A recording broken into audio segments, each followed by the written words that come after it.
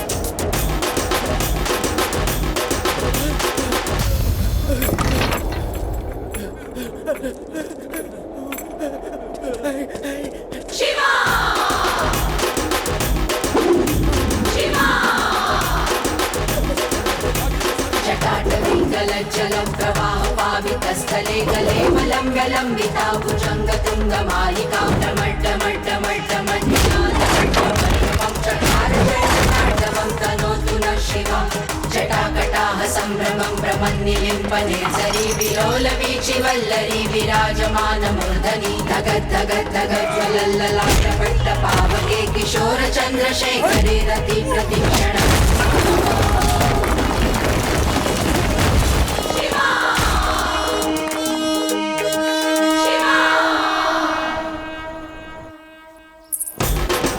जी रवा इजा बानी हाँ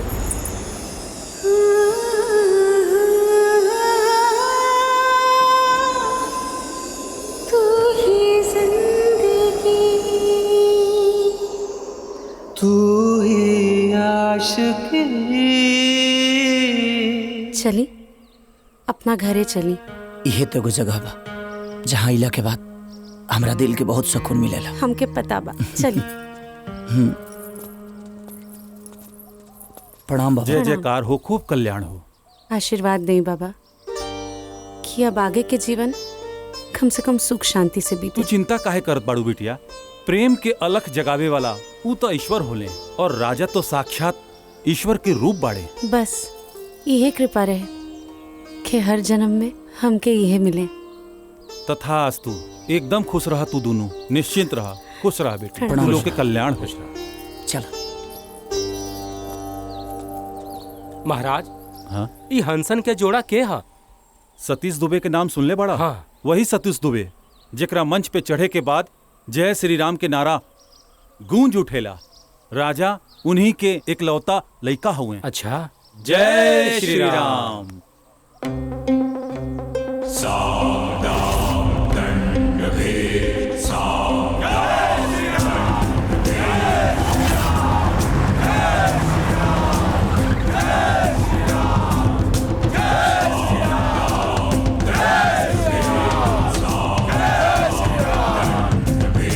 डॉक्टर भीमराव अंबेडकर ने साफ शब्दों में कहा कि जब तक समाज में जाति प्रथा की प्रथा नहीं समाप्त होती है तब तक हमारे समाज में समता, न्याय, भाईचारे की परंपरा स्थापित नहीं हो सकती है।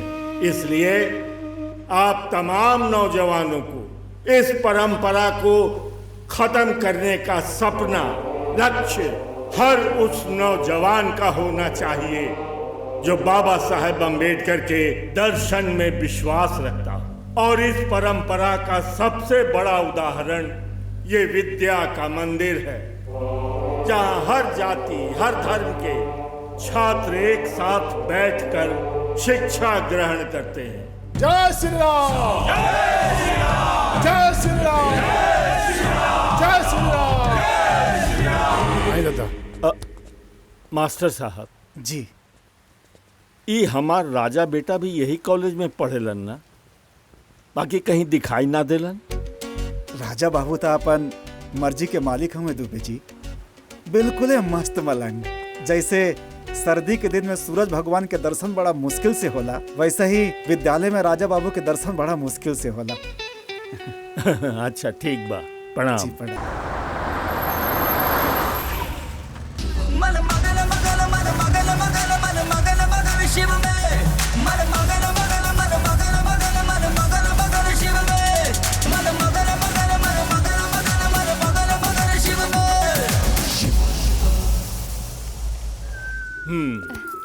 राजा कहाँ गई रहा? कहाँ करनी है? जहाँ रोज जाइले हो जो करनी है, और कहाँ जाए? एकर मतलब पढ़े ना गईला। जे पढ़ी हो मरी, जे ना पढ़ी हो मरी। तो अब ये सही लोट लेके काहे के घूमत रही हो? बेटा, हाँ, इंसान की जिंदगी में विद्या के बहुत महत्व होला। विद्या ददाति विनयम, विनयाम दाति पात्रताम, पात्रत्वा धनवापनुति, धन धर्म ततः सुखम। अब एकर मतलब का भाई वो बता देती तो एकर हम जवाब दे देती। एकर मतलब ई बा कि जौन इंसान के जिंदगी में विद्या के धन होला, ओकरा धन और धर्म दोनों के प्राप्ति होला। तो धन रउआ लगे बढ़ले बा, धर्म रउआ लगे बढ़ले बा, तो ई सब रउआ संभारी। हमारा भी खेले खाए के उम्र बा, खेले दी। ओके। कहा जाने कब सुधरी हैं। प्रणाम भाई। खुश रहा। दुबे जी कहाँ बड़े? दुबे जी दुनिया खातिर न हवे, हाँ? तोर बाप न हवे, कबो प्यार से बाबूजी बोलल कर। अच्छा तो बाबूजी ना कहब तो हमारे बाबूजी ना रहिए का? हाँ, ये बाबूजी कहे वाला काम करिए ना, वो दिन हम खुदे कह के तो श्रद्धा पूरा दे। बुझा गई? तोहनी दोनों बाप बेटा के मन में का चलता ना, हमरा आज ला ना बुझाई। बुझाई ते घर में रहतीस, अब ले नैहर रहतीस ते। ले आओ पैसा दे। वाह रे बेटा वाह, दुबे जी से तोहरा के इतना नफरत, बाकी उनकर कमाई के पैसा तोरा बराबर चाहिए। तोरा नहीं खेते बे के ना तो मत दे, लेकिन ज्यादा भाषण मत कर। एक अगर ना दहले ना तो शिकायत तू करे होखे वाला बा। ओ कैसे? वो कैसे? कटोरा लेके जब रोड पर निकलब ना तो लोग ही कहे कि दुबे जी कले के वहाँ का आए, ई दुबे जी कले के वहाँ, तो उनका पकड़ी के का होई? 5-6 बतिया की ना काम निकालल केहू तोहरा से सीखे। अरे मन्नू तनी बटुआ दे बाबू। हटबे ना तू। दे ना। का करबे पहले बोल पैसवा के। नरेशवा के शादी बना तो मैं कुछ खर्चा पर्चा लगी हमार। अच्छा हाई 15,000 है, ए में से 10,000 जाई नौता। हाँ, आ खाली 5,000 रही तो और हाथ खर्चा दे। दे 5,000 में निपटे वाला बा। हाँ, 10,000 दे खर्चा जाई, अब 5,000 नेवता जाई। ओके, सुधरबे ना। प्रणाम।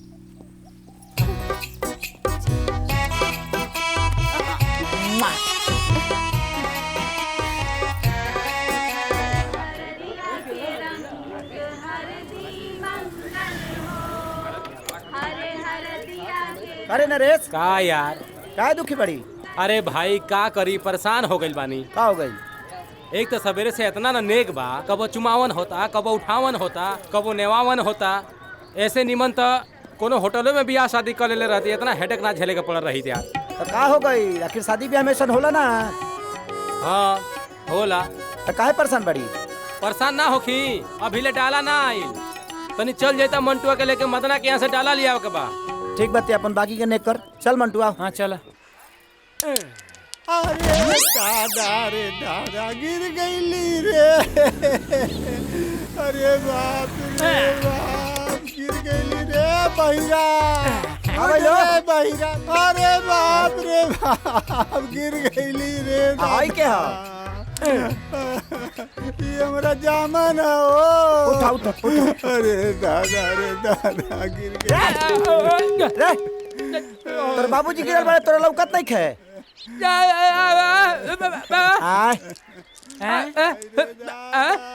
है ना कि कौना भाषा में बोला था? कोशिश करता नहीं। हाँ। अरे लाला पला कला कला, अरे चला पला कला बात कल कल बला बला बला चला। तोरा का हो गई?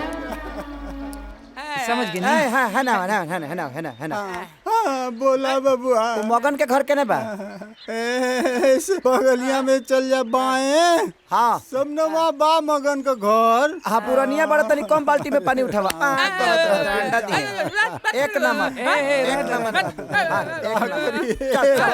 अला वाला कला हाँ तो सवेरे से तू का कर का हो नरेश के यहाँ अभी तक ले डाला कहीं ना पहुँचल बड़े ओकर बाप एक नंबर कंजूस बा, ना नेक दे ना भोज दे। का जाए ओकरिया? अरे यार तो नेगा भोज के चक्कर में केहू के बारात रोकवा दे बोलो तो का करी हम बतावा? दहने डाला हम लेके जाता नहीं। हाँ कितना पैसा भाई? बोला तो 5100 रुपया, लेकिन तो 100 रुपया कम दे दे। तो 100 रुपया छोड़बो क्या के कौन काम हमारा पैसा लत लगे? 100 रुपया। हाँ 100 रुपया बा। अरे तो दो ना बाद में ले ली हो। हाँ ला 500 धल ला।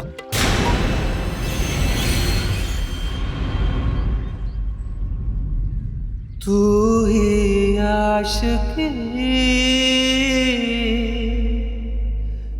तू ही जिंदगी।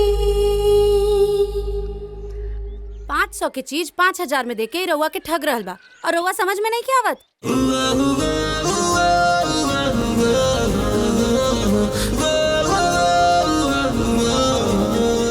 साफ दिमाग से पैदले बानी का जी। ए गंगा, हमरे गहकी के भड़का के तू ठीक नहीं करत। मामा ठीक कहा था गंगा, ठीक ना होई। गहकी गहकी के मतलब जाने ला तू लोग? अरे हमनी खातिर गहकी भगवान होले और भगवान के ठगल ना जाला। और तू दोनों मामा भगीना यहाँ खड़े खड़े लूट रहल बड़ा। चली हम आपके एक नंबर डाल दिला वतनी।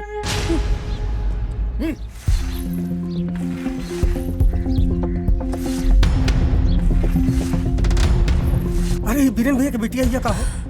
हाँ ये तो वही ही हो। अरे बाप रे, तो दुबे जी के लड़का के हाथ पकड़ के बहुत भारी गलती कैली।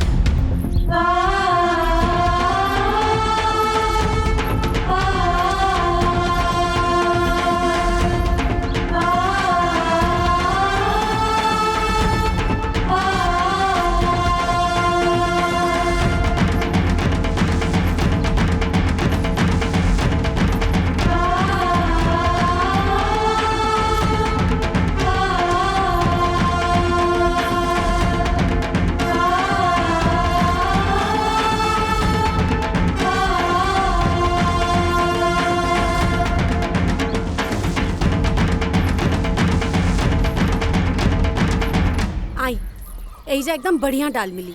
बाबूजी दुबे जी की लड़का? बउआ जी प्रणाम। ए गंगा हाथ छोड़ इनकर। एकदम पगला गेल बड़े का? अरे इनकर हाथ पकड़ के छू दे ले। पता बाई क्या हुआ? सतीश जी के बेटा। बउआ एकरा तरफ से हम माफी मांगा तनी। ई नादान भी है, ऊंच नीच भेदभाव समझ न पाओ। कैसन बात करतनी काका रहुआ? काका कह के इतना इज्जत मत दा हमके।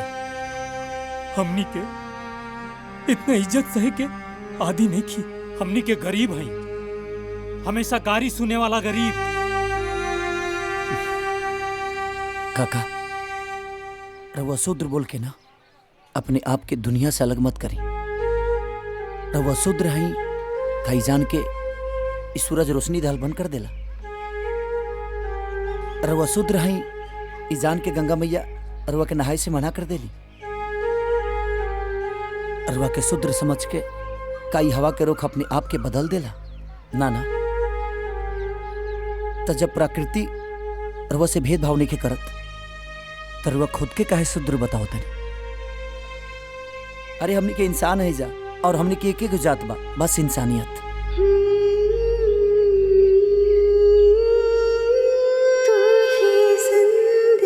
काश बबुआ हर इंसान के सोच तहरा जैसन हो जाई तो इस संसार से अमीरी गरीबी जात पात भेदभाव के झंझटी खत्म हो जाई। गंगा डाला ले। हाँ।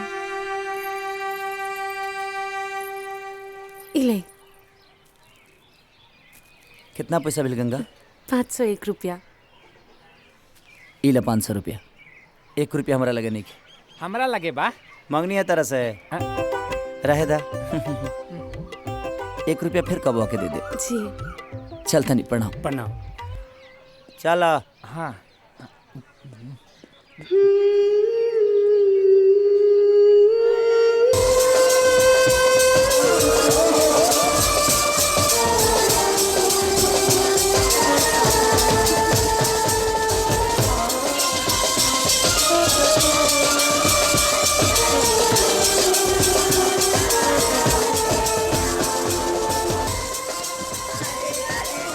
बाहर हमनी के सनातन धर्म यहाँ हर जाति के अलग महत्व दिहल गई। देखा शूद्र के हाथ से बनल डाला पूजे के एगो अलग परंपरा बा।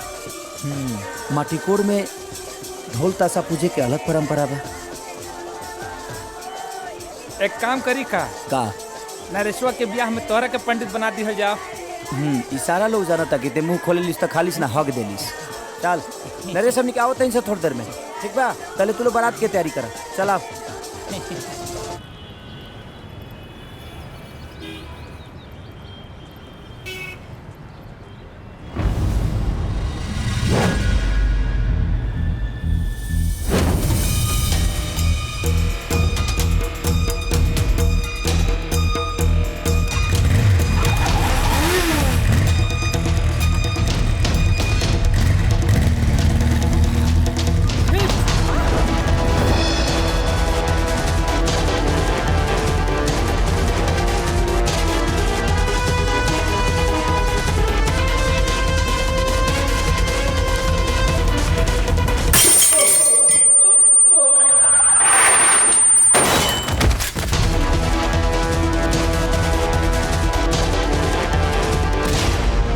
पवन मिश्रा को जानते हो?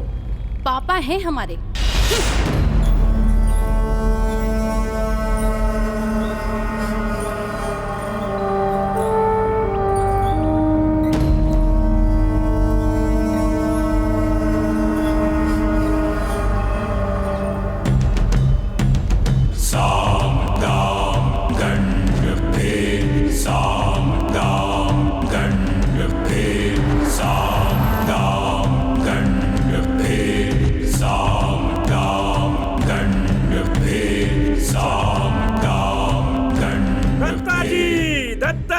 प्रणाम प्रणाम प्रणाम प्रणाम। गोड़ लगता अरे नहीं खुश रह बिटिया। कैसन बनी रहुआ? अरे पारुल बिटिया, अरे माई प्रणाम। खुश रह बेटा। अरे जब से दिल्ली से आयल बिया तब से यह रट लगा के बैठल बिया कि राजा के घर जाए के बा, राजा के घरे जाए के बा। त हम सोचनी हा कि 2-4 दिन खातिर एकरा के एहिजा छोड़ दी। हमरो आग तरस गइल रहे एकरा देखे खातिर। जब से गइल बाटे दिल्ली पढ़े खातिर ना हमनी के भुला गइल बिया। अच्छा माई, राजा नहीं खेलोकत कहीं गोइल बड़े का? वो एजा नहीं खे, वो अपन संगतिया के बियाहे गइल बाटे। अच्छा आवता नहीं आवता बता। पवन जी बैठा जी। ई देखा कितना स्वीट लगा था। ई कब के तस्वीर है माई? ई समय राजा 9 साल के रहे। हमके आज भी याद बाटे। वो गुप्ता जी नहीं खान, वो पड़ोस वाले। हाँ, उनका ना बेटा के बियाह रहे। ओ में गइल रहे सहवाला बनके। फिर का तू जब देख लू तब पूरा घर सर पर उठा ले लू। पूरा हल्ला कि अरे अगर दूल्हा राजा बाटे तब दुल्हन के वो दूसर कैसे हो सकेला। हम तो उहे टाइम पर सोच लेले रहनी, अगर हमरे घर के केहू दुल्हन बनी त तू ही बनबू। केकरा भी आगे बात चलता तोहार और ही पारुल के। हम बियाह करब हो इनका से? ई नामुमकिन बा। काहे? का खराबी बा हमरा में? एगो खराबी रही तब न बताईती। अपन बाल देख लू ह, लागता कि बकरी के पूंछ ह। भावर देखो बुझाते जे बकरा के मोछ ह। अपन गाल देखो बुझाते जे गोलगप्पा ह। आ उठवा देख लो मोराबा खानी बा। आपन मुंह देख ले बड़ा, एक नंबर के लंगूर लागेला। हम लंगूर लगिले तो जब हम लंगूर लगिले ना तो तू लंगूर के नानी लगेलू। चुप दोनों के दोनों, फिर शुरू हो गए सर तोहनी के। अच्छा एक काम कर सर, दोनों ना पेट भर के लड़ लसन। हम जाता नहीं बाबूजी के खाना देवे। जब देखा लड़े लागत सन। जो दुगो रोटी बेसिए खे है दुबे जी के, हम हो जाते चेंज करे। सुना राजा, जब तू आईना देखेला त ओमे तोहरा के नजर आवेला? अजब फालतू सवाल बता। हम आईना देखो तो हम ही नजर आब ना। लेकिन हम जब आईना देखे नहीं तो ओमे हमके तो नजर आवेला। लेकिन जब हम आईना देखी ले तो में हमार तस्वीर नजर आवेला, फालतू चीज ना आवेला। तू भले दोस्ती तक सोचा राजा, लेकिन हम त शादी तक सोच ले बानी।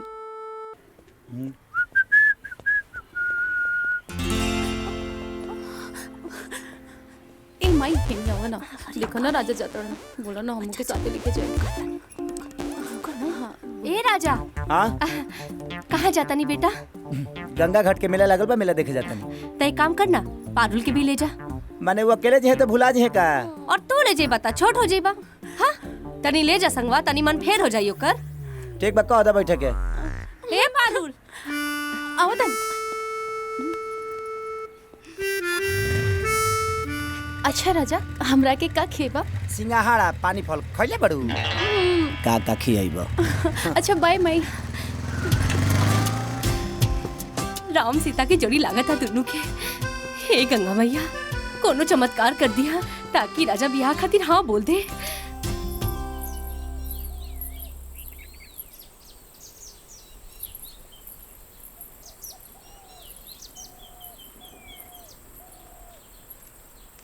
उ मंदिर के चढ़ावा हा। घोर अपराध हो गइल बा। देख, अरे जोना जात के परछाई भी मंदिर पे ना पड़े के चाहिए, वो जात की लड़की मंदिर में पूजा करतिया।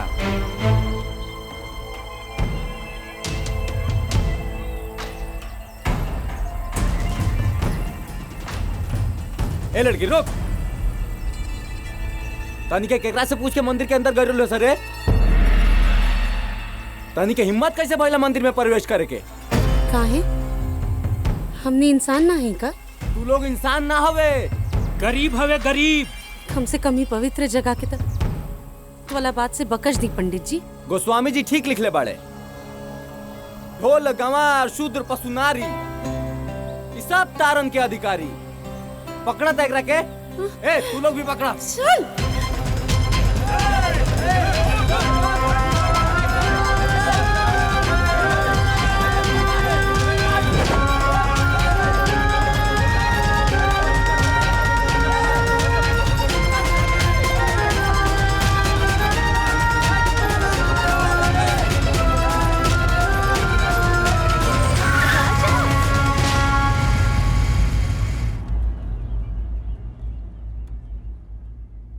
तू ही आशिकी, तू ही जिंदगी।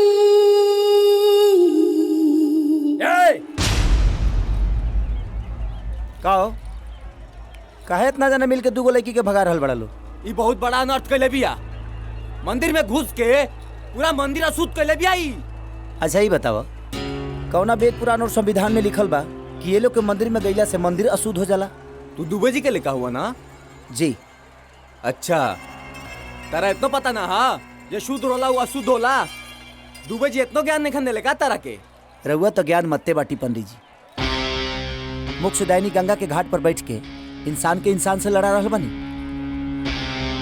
संविधान के आर्टिकल 15 में साफ साफ लिखल बा कि जाति लिंग के आधार पर देश के कोनो भी नागरिक से भेदभाव कईल अपराध होला।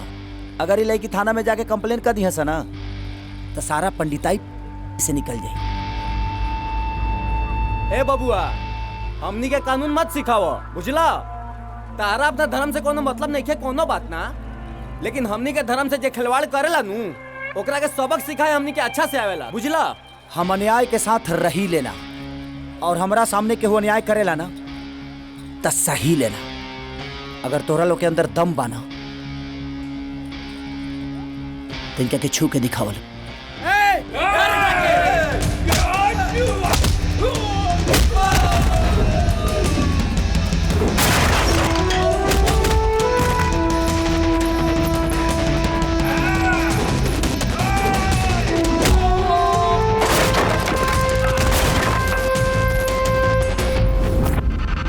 Oh!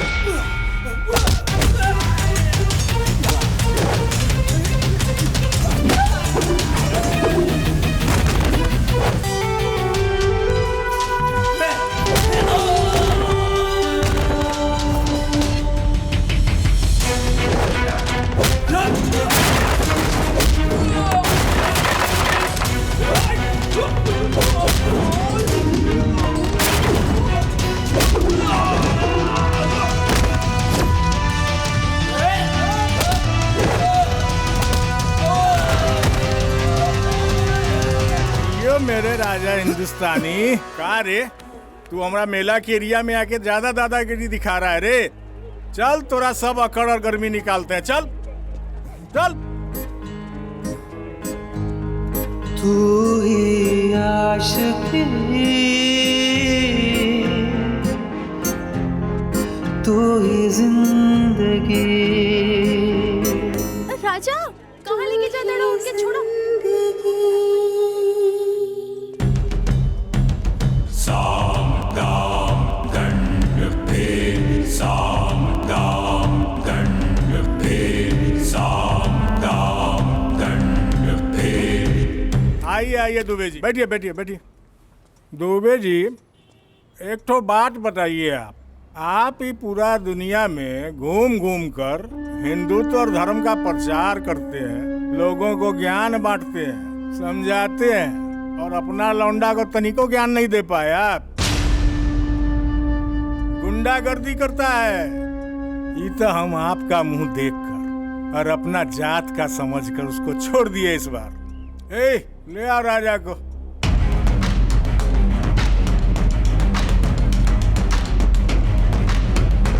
ये राजा, इस बार दुबे जी की वजह से तुमको छोड़ रहे हैं हम। अगला बार धराओगे ना तो सीधे अंदर जाओगे हवालात में, समझा? जाओ, छोड़ दिए, जाओ।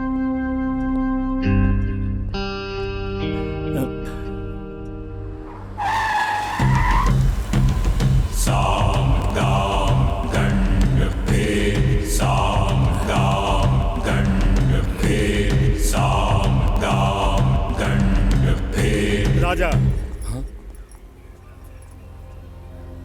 ये मार पिटाई करे के का जरूरत रहे? और जब कर लेला तब दरोगा के हमार नाम लेवे के रहे। माने हमरा और नाम काहे ली? हमार नाम दुनिया में कम फैलल बा कि हमरा और नाम बेचे जाई। तोहार नाम से तो यह हाल भइल कि 2 घंटा हवालात में हवा खा के आ रहल बड़ा। अरे तो बड़ बड़ नेता जेल में जाले तो कोनो दिक्कते नहीं है। यहाँ तक ले भगवान कृष्ण जेले में पैदा भई रहले तो उनकरा कोनो फर्के न पड़ल, तो हमारा का पड़ी? प्रणाम। अरे अपना बेटा के तनी समझावा। हम का समझाई? रउआ बचपने में समझावले रहते तो ई कुल ना होत। जैसन माई उसने बेटा।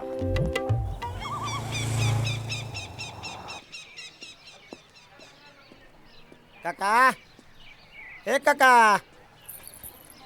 अरे रउआ बाबूजी तो घर पर नहीं थी। हाँ, लेकिन हमनी यहाँ कुछ काम रहला। का? वो डाला चाहिए था हमके। फिर से? हाँ, दोस्त के हमारा शादी बा ना। पर आज तक कोनो लगन नहीं के। हाँ, लगन नहीं खे, लेकिन शादी भी कब पड़ जाए के जानता। 2-3 दिन बाद बा, तब मिल जाता।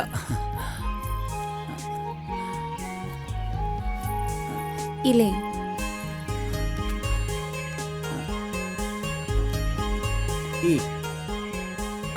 एक मिनट। वो दिन 1 रुपया जन बाकी रहे ना, वो ले ली। और आज वाला ना फिर 2 दिन बाद ले के दे दे। ना ना, कोनो जरूरत नहीं। हाँ, दे दे। काहे खातिर रखब हम? चाचा है तो हमारा प्रणाम बोल दे। ठीक बा, जाई ना। हाँ? हाँ। फिर आ जब हम डाला के फिर जरूरत पड़ी। हाँ ठीक बा। चलता नहीं, जाई ना। जी। अरे हाँ, डलवा तो ले जाई। हे करे ढेर जरूरत बा। हाँ?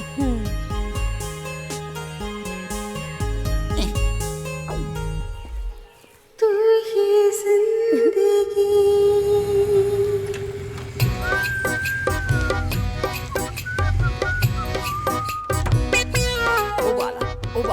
उबाला, हाँ, डाला, उडाला, उडाला, उडाला, उडाला, उडाला, उडाला, डाला, उडाला। अरे अरे अरे अरे अरे, अभी डाला का करबे रे तू? अपने बियाह का थी। अच्छा, जहिया तोहार बियाह होई तई डाला ना मिली का? कोनो हफ्ता आवेला आ घर में अनाज रहेला त आदमी बना के जी खा लेला। हफ्ता आइल आ घर में अनाज पानी ना रहल त केंगा जी खाई? जहिया हमार बियाह होई या डाला ना मिलल त केंगा बियाह होई? हाँ, ओके। उडाला, उडाला, उडाला, उडाला, उडाला। ये कहा बोलेला, ये कहा करेला, कुछ न समझ में।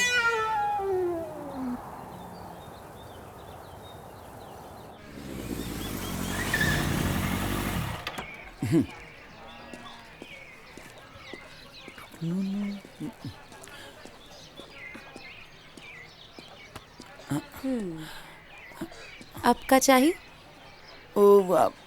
कल जो डाला लेकर नहीं ना वो मोटरसाइकिल से गिर के टूट गई।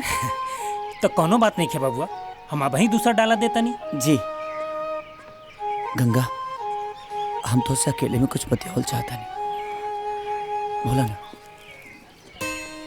इली बबुआ, बढ़िया डाला जी।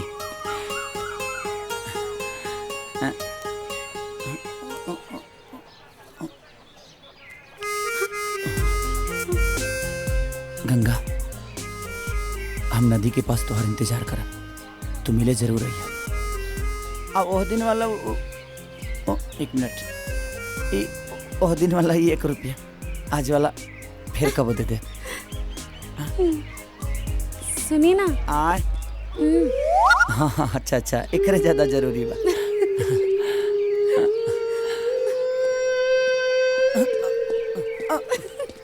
तू ही जिंदगी।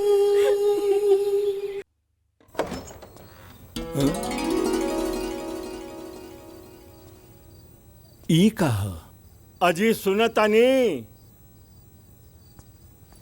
का भइल जी? ई कहा लौकत नहीं खे, ई डाला है और का? डाला के ले आइल बा? राहुल लाडला बेटा। का? अरे वो आजकल का डाला के व्यवसाय करे लगलन? ना, वो ई कुल अपन बियाह खातिर किन के धैले बा। ओ, एकर माने वो बियाह खातिर तैयार बड़न? हाँ। अच्छा था, ठीक बा। हम पवन जी से तुरंत बात करतानी और राजा और पारो के बियाह के दिन तय कर देता। हाँ। ठीक बा? तू ही आशिक, गंगा, तू ही जिंदगी। हमसे बात करा गंगा, कुछ तो बोला। तोहर आवाज सुने खातिर हमर कान तरस गइल बा, कुछ बोला गंगा। हमरा लाज लागता। अच्छा, पहली बार जब तू हमार हाथ पकड़े रहलू तब तक तू तनिको ना लजाइलू। तब रहुआ हमरा खातिर अजनबी रहनी। ताज का हो गइल बनी? बोला, हम जाना तनी कि तू का बोलल चाहता, लेकिन हम तोहरा मुंह से सुनल चाहता।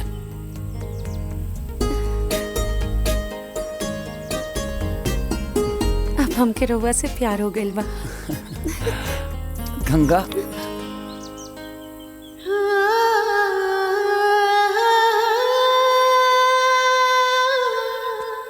तू ही जिंदगी। ओए सरदार, का हो सरदार? तू और तोहार बिटिया इज्जत घोर के पी गइल बाड़ा ना? मगन, ए तरी से बात करे वाला ई टोला में केहू पैदा नहीं खे भाई। ई मत भूल कि हम ई टोला के सरदार हैं। जाना तारी तू सरदार बाड़ा, लेकिन तोहे पता बना, राजा अगर कोनो गलती कर देला तो प्रजा उसे सवाल पूछेला। साफ साफ बता मगन, का बात बा? तो कान खोल के सुन। गंगा हमनी के समाज के इज्जत उछालतिया, उ पंडित के लड़कवा के संगे रंगरलिया मनावता। तू अपने बेटी से कह दिए, अगर जवानी वो करना समर्थ हो ना तो ओकरा के कोठा पे बैठा दिए। चिल्लो मत। कहाँ रहलू? केकरा संगे रहलू? फुलवा के संगे। जब जवान बेटी झूठ बोले लगे ना तो समझ लियो ओकर मन में पाप पड़ रहल बा। आज के बाद तोरा घर से निकल चल।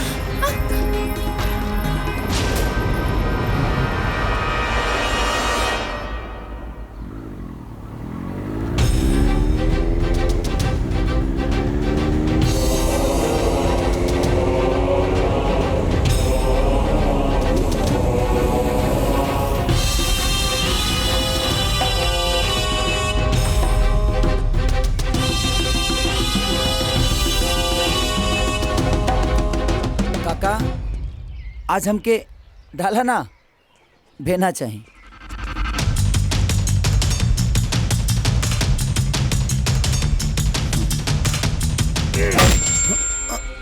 देना चाहिए।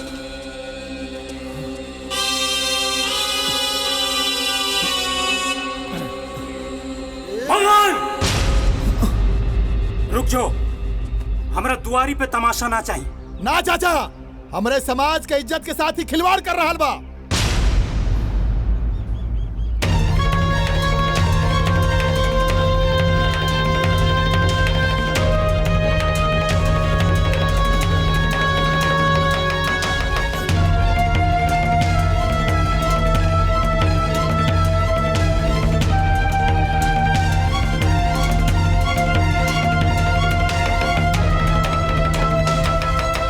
हमने गरीब जरूर बनी बबुआ, बाकी बाजारू ना। हमनियों के जाति बिरादरी बा, मान प्रतिष्ठा बा। हमनी के प्रतिष्ठा पर दाग मत लगाई। अगर हमनी के अपन बिरादरी में बदनाम हो गई नी तो बाप बेटी जहर खा के जान दे दे। सबकर भलाई ये में बा कि रउआ गंगा के भूल जाए। निकल जाई बबुआ, निकल जाई। बीरेन भैया ठीक कहता रे बबुआ जी। राउर आ गंगा बिटिया के मिलन संभव नहीं थे। दोनों समाज के बीच में बनल खाई के और गहरा मत करी। भगवान खातिर हमरा बेटी के जिंदगी से निकल जाई बबुआ, निकल जाई।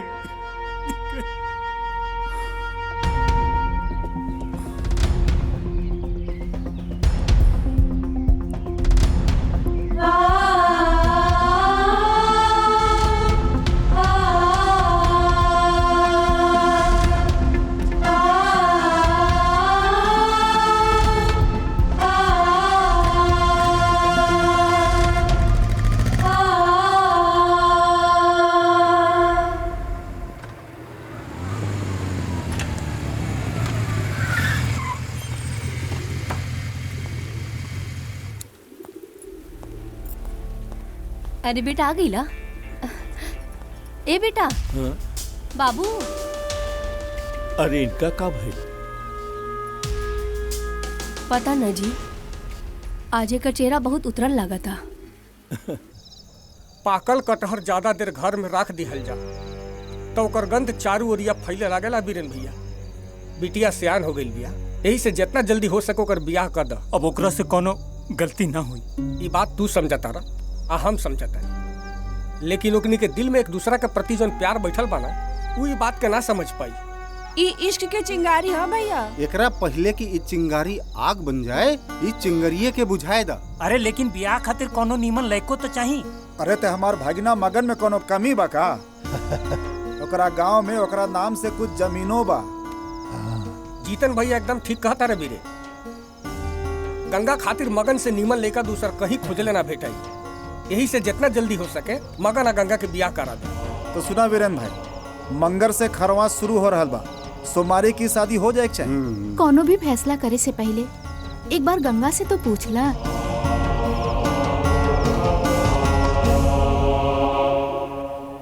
माई माई हाँ?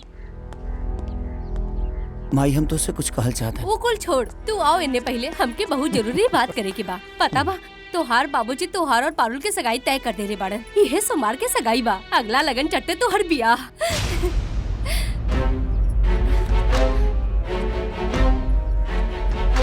बेटा, हर बाप के यह सपना होला कि अगर बेटा के कद बाप से ऊंचा हो, और यही सपना तो हम देख ले रहे।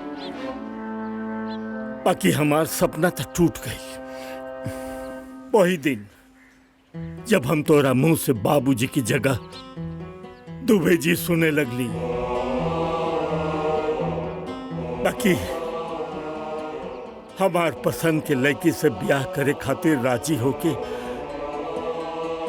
तू हमरा ऊपर बहुत बड़ा एहसान कैला, और अब तोहरा मुंह से अगर हम अपना के बाबूजी की जगह दुबे जी भी सुन ले ना, हमरा कोनो दुख ना होई।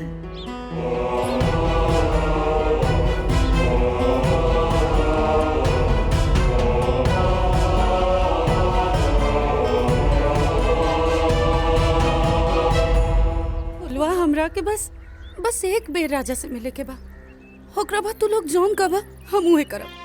का करबू राजा से मिलके? उनकरा से मिलके हम ये देखल चाहतनी कि जौना आग में हम जल रहल बानी उहे आग में वो भी जल रहल बाड़ी कि ना। तो ठीक है, चला।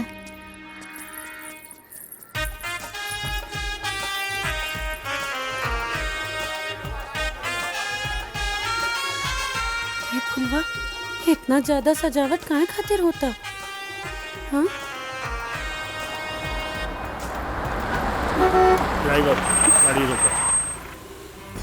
के है दुआरी पर?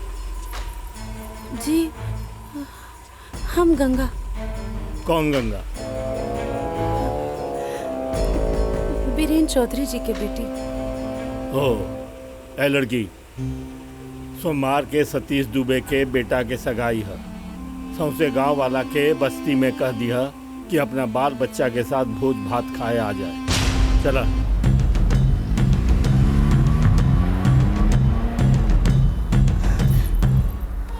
देख ले लो ना अपन राजा के प्यार प्यार के नाटक तोहसे और सगाई ओकर जात के लड़की से। हमनी गरीब लोग इनकरा खातिर सिर्फ एगो खिलौना है, दिल बहलावे वाले खिलौना।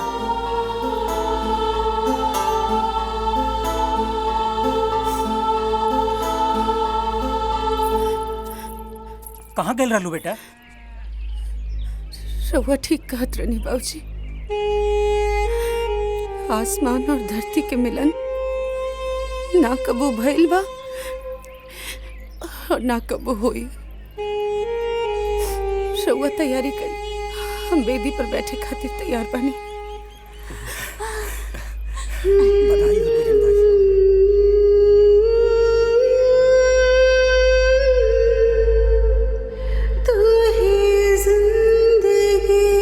पारू इला हाई पाना। अरे वाह, जाने लो बचपन से ही तोहरा ऊपर गुलाबी रंग बहुत खिलेला, एकदम परी नियन लागेलू तू। पसंद बा? बहुत पसंद बा। Thank you so much. अब जल्दी से तैयार हो जा, फिर हम आवत आनी। ठीक बा। राजा, हे राजा। बधाई हो राजा। अब तू अपन बैचलर लाइफ से निकल के हमनी के जैसन शादीशुदा कैटेगरी में आगे बढ़ा। एकरा कहल जाला संजोग। ऐजा एकर सगाई हो रहल बा और वैजा गंगा के बियाह हो रहल बा। का बात करता रे? तहरा के गंगा के बियाह के बारे में कुछ नहीं पता का? इनके पता हो ना होके के चाहिए। छोट जात के लड़की अब गर्दन के घाव बनौला के कौन काम बा? आम खा गुठली काहे के गिना तारा? आ ठीके नु भइल, समय रहते पता लाग गई, ना तो गर्दन के घाव हो जाए। धानी कही जी रुका सा।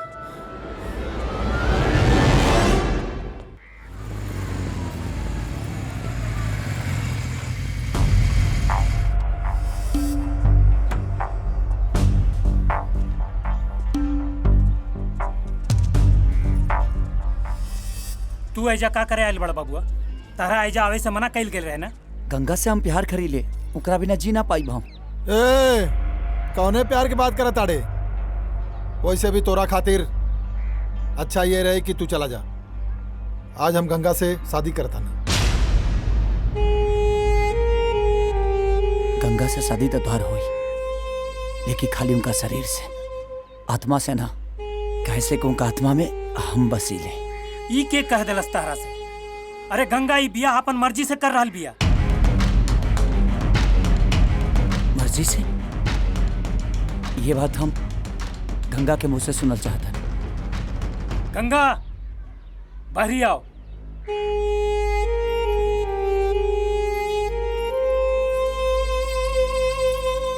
कह दे इनका से कि तू ही बियाह अपन मर्जी से कर रहल बड़ू।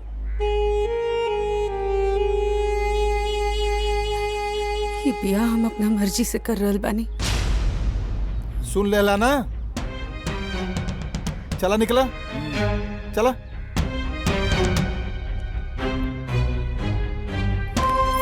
गंगा, ये बात हमारा आंख में आंख डाल के बोला। गंगा, हमारा चुपी कितना बड़ सजा मत था। का ये बियाह के बाद तू खुश रह पाई? भुला पैबू ये प्यार के जौना प्यार के तू इतना दम भरत है। बोला गंगा, बोला।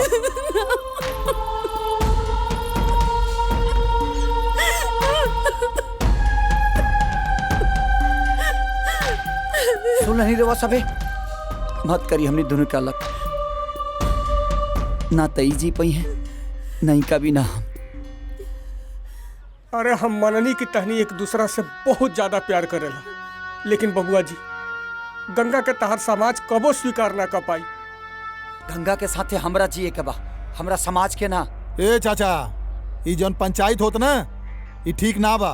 गंगा के ऊपर ओकर बाबूजी के हक पहले बा। ई बतावा राजा, का तू गंगा से ब्याह करबा? आज के आज।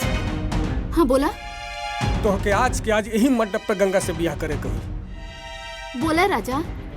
करबा बिया गंगा से? बोला बोला करबा बिया गंगा से?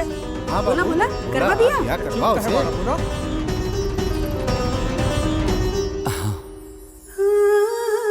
हम गंगा से ब्याह करब। तोहरा कला से का होई? हाँ? हमनी के समाज के ई बियाह मंजूर नहीं खे। अरे तू चुप कर काका। एगो बड़का घर के लड़का हमनी के लड़की के हाथ थामे खातिर तैयार बा और हमनी अपन झूठा प्रतिष्ठा बचाव में लगल बनी। हाँ? ई दोनों जने के बीच में अगर हमने बाधा बनली जाना तो भगवानो हमाने के माफ न करिए। ई सही कहा तारे बीरेन भाई, तू ब्याह के तैयारी कर। आज पूरा समाज ही ब्याह के गवाह बनी। कहो चला मगन चला। देख ले थोड़ा के।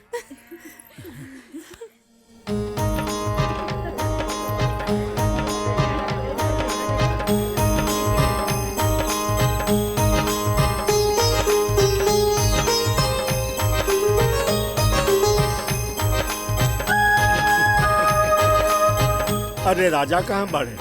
अभी आवत हुई, एहिजे गेल हुई। शंभू, अरे राजा के फोन लगावा।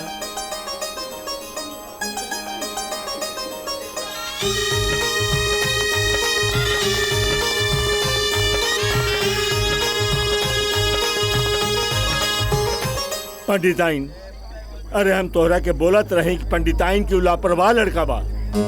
दद्दू, आप चिंता ना करी। अरे अपने दोस्तन के संगे हुई आ जाई।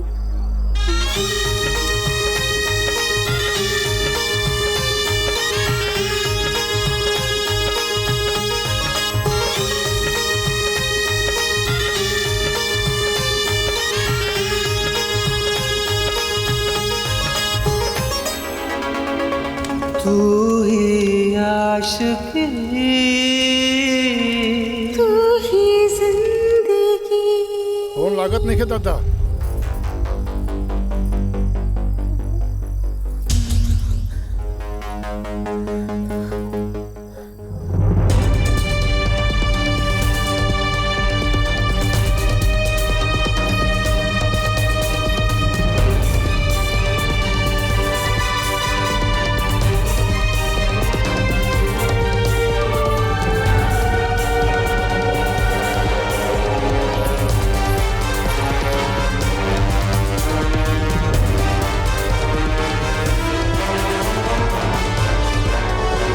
राजा, इस शूद्र के हाथ पकड़ के आवे के मतलब? बाबूजी, इस शूद्र ना, ये घर के बहू।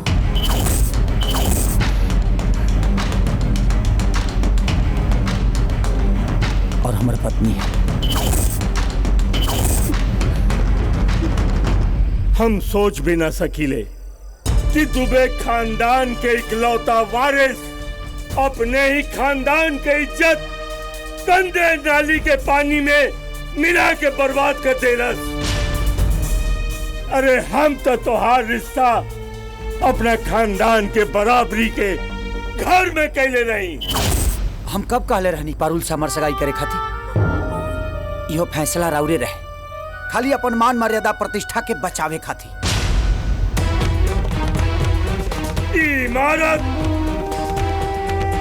इमारत खाली ईंट और पत्थर से बनल ना है। एक नींव में दुबे खानदान के परंपरा और ये बुलंद इमारत में दुबे खानदान के गौरवशाली इतिहास बा। और तू चाहता रहे कि लड़की के हम अपना घर के बहू बना के तुम्हें खानदान के प्रतिष्ठा मिट्टी में मिला दी। जेकरा करवा शूद्र कह रहल बानी ना, ई मत भूली, इरवा खानदान के बहू है। जेकरा कर और बेटा अग्नि के साक्षी मान के 7 फेरा के साथ साथ 7 वचन लेके 7 जन्म निभावे के वादा कैले। एकरा 7 फेरा ले लेवे से न एक औकात बदली और न जात। अरे गंदा नाली के पानी में बेलपत्र और फूल डाल देवे से वो गंगा जल ना हो जाला। लेकिन जब वह नाला के पानी गंगा में मिल जाला ना, तो गंगा जल हो जाला। अपन झूठा अहंकार और प्रतिष्ठा के छोड़ी बाबूजी, हमरा और हाथ जोड़ता नहीं, गंगा के अपन बहुत स्वीकार कर ले। पंडिताइन समझाओ अपना बेटा के। माई समझाओ ना बाबूजी के कि गंगा भी एगो इंसान है। अरे इतना अत्याचार ठीक नहीं है। बेटा, आपकी जिंदगी के ऐसे दोहराव मिला के मत खड़ा करा, जहाँ से एक रास्ता तो तोरा तरफ जात होके और दूसरा तोहर बाबूजी की तरफ। ऐसे तो अगर एक रास्ता हमके चुने के पड़ी तो हम तोहर बाबूजी वाला रास्ता चुनब। जैसे तोहार आज की तहार गंगा बढ़ी, वैसे ही हमार स्वाभिमान हमार सुहाग बाटे।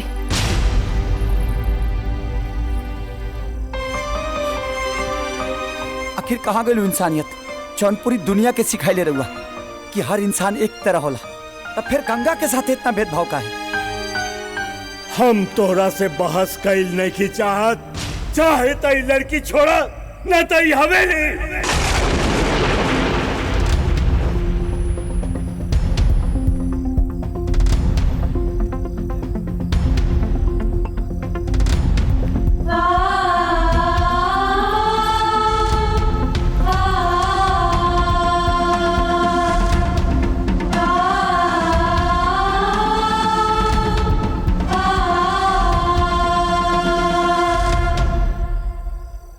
बाबूजी, रहुआ से एगो बात पूछल चाहते हैं। इतना दोस्त लड़की सन के घर पे लेनी घूमनी फिरनी रहुआ देखबो कैनी, लेकिन आज तक लोगन के जात ना पूछनी कि कौना जात का हिस्सा। लेकिन आज गंगा के मांग में सिंदूर डाल के सम्मान का दे देनी, रहुआ जात पूछ लेनी। यहाँ जितना लोग आत्मा जिंदा बा, सबसे एगो बात कहल चाहता नहीं कि किसी के साथ सोना आशिकी नहीं, किसी का होना आशिकी है। अब गंगा के साथ जियब भी और गंगा के साथ मरब भी। अरे ते का मरबे, ते तो हमरा खातिर आजे मर गईले। शास्त्री जी दादा। कलश लाओ। जी।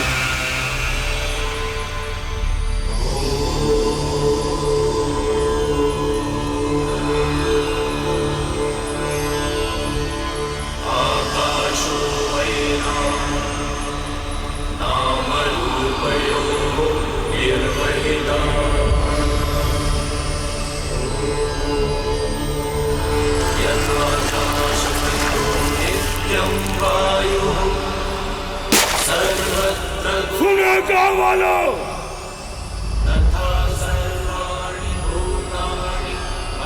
ये सतीश दुबे आज और अभी से अपने बेटे को विरासत से बेदखल करता है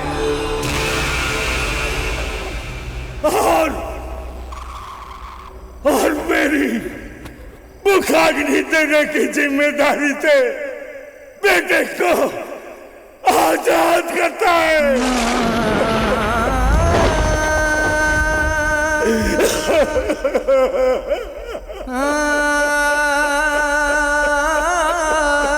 जाओ जाओ जाओ।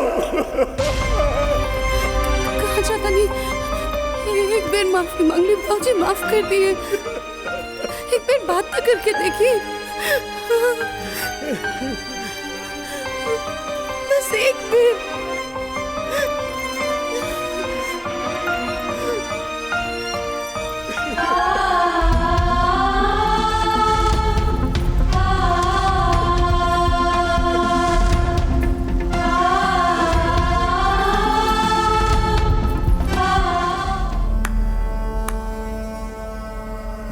दुबे जी वाह, तहनी बाप बेटा मिलके बहुत अच्छा नौटंकी कैला। आज इस भरिल महफिल में तहनी हमार और हमार बेटी पारुल के जान बेइज्जती कैला, हम जिंदगी भर ना भूलब। कुछ करा दुबे जी, कुछ करा।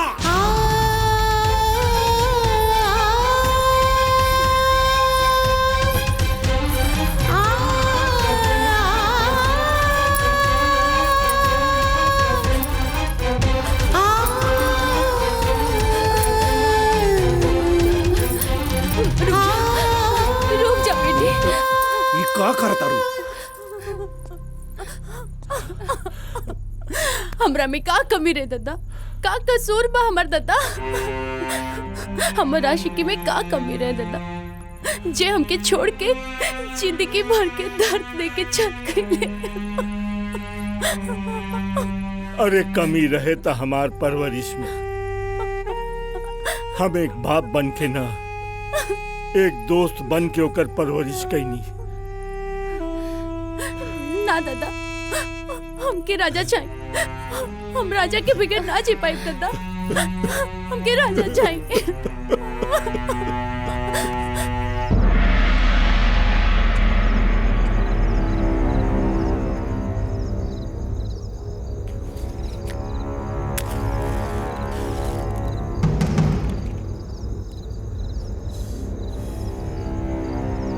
दुबे जी की आंख में आंसू देवे वाला कभी चैन से ना बैठ सकेला। ये गांव के एक भी घर ना बचे के चाहिए, चारों तरफ दिखे के चाहिए आग ही आग।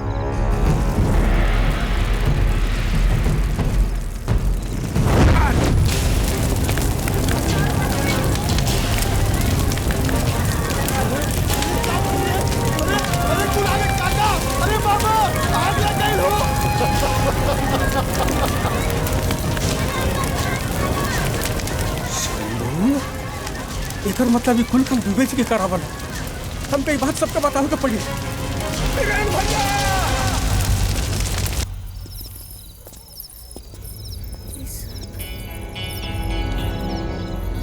अपने बस्ती में जवन आग लगल रहे ना, ओकर सारा जिम्मेदारी है का।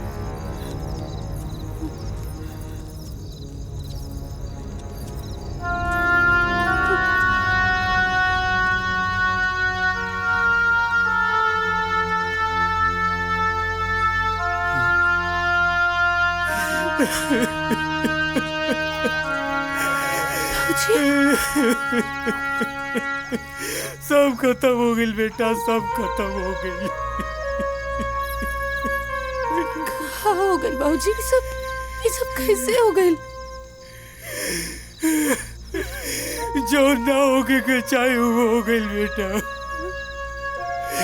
दुबे जी के गुंडा सब जरा देला सन, पूरा टोला चर के खाक हो गई, सब बर्बाद हो गई। बाबूजी, राजा शांत हो जाए चाचा जी, शांत हो जाए। केकरा केकरा तू चुप करी बा हो, केकरा केकरा चुप करी बा। देख लेला अपन आस्की के नतीजा। आस्की केला तू दोनों जन, और ओकर परिणाम आज पूरा टोला मोहल्ला भोग रहल बा। बहुत सही मौका मिला मामा। बाप का बदला ये बेटा से चुका लिहल जाई। अरे ई जौन कुछ भी भइल बा उम्मे इनकर कवन दोष बा? दोष काहे देखे? हाँ, वो दिन इनका सामने हम हाथ जोड़ के कहले रहन कि तार समाज हमनी के लड़की के कब्बो ना अपना, लेकिन ये अपना चित में आके जौन मर्जी ऊ कैला। अबे भी एकरे पास मौका बा, गंगा के छोड़ के भाग जाई। हम गंगा के साथे साथ फेरा ले ले बानी, छोड़ के भागे खाती ना, जन्म जन्मांतर तक साथ निभावे खाती। जी छोड़ दा बेटा, तारा आशिकी के चक्कर में सब बढ़ जाती हमनी के दुश्मन बन गई बा। हम हर जात से टकरा जाए बाबूजी, हर जात से टकरा जाए। आज से अरोलों के दुख के भी हिस्सा बानी और सुख के भी हिस्सा। लेकिन उस जात के अगर कोनली का हमनी के टोला में रहल ना, कई बड़े आदमी लोग हमनी के जिए नाटी, हमनी के रोज जरावल जाए, रोज मारल जाए। अब हमके मौत के परवाह नहीं है। जवन होई तौना के सामना करब। सुना तो तू एगो काम करा, तू अपन जाति छोड़ के हमारा जाति में शामिल हो जा। बोला होबे शामिल? बोला शामिल होगा। काहे शांत बाड़ा हो? बोला बबुआ हुक्म शामिल। बोला काहे नहीं का? बोला बोला बोला। अगर अपन आस्की साबित करे खाती ई जरूरी बा तो हम तैयार बनी। आज से और अभी से हम अपन जात छोड़ रहल बानी।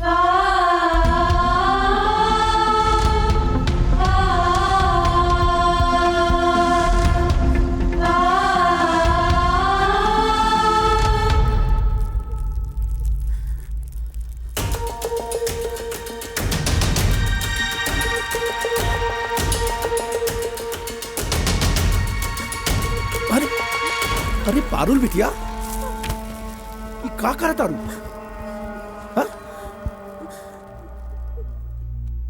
जौन भइल उके भुला दे बेटा।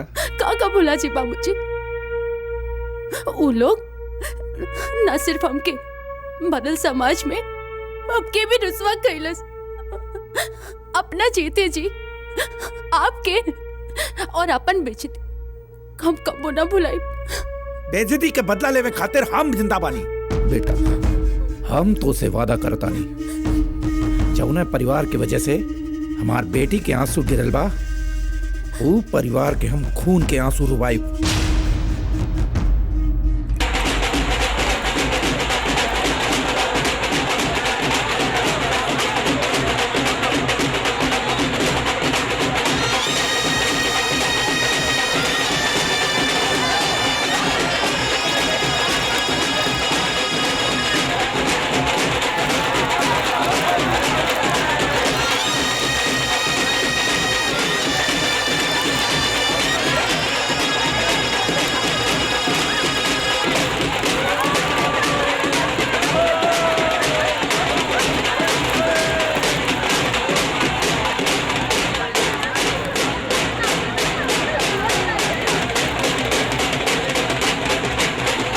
बधाई हो बीरन भाई, दामाद जी अपना जात में शामिल हो गई है। अब भोरे भोज भात के तैयारी कर रहे हैं। दामाद जी के बुलाओ बीरन भाई।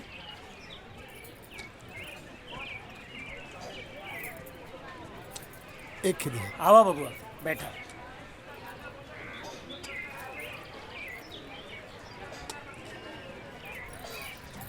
आवा बबुआ बैठा। आवा।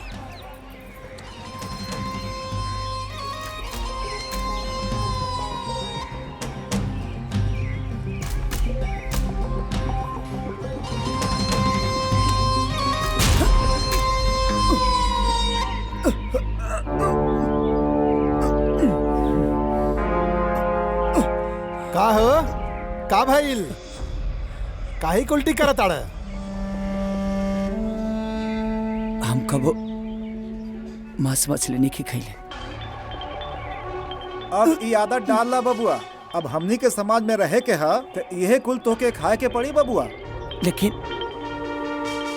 लेकिन हम खा ना पाई।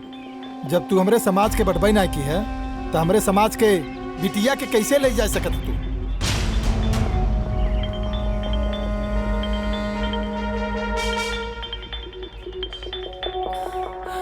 खा। अगर ही गंगा खाती खाए के बा तो हम ही जरूर खाए। तो खा बबुआ। चला खा ले।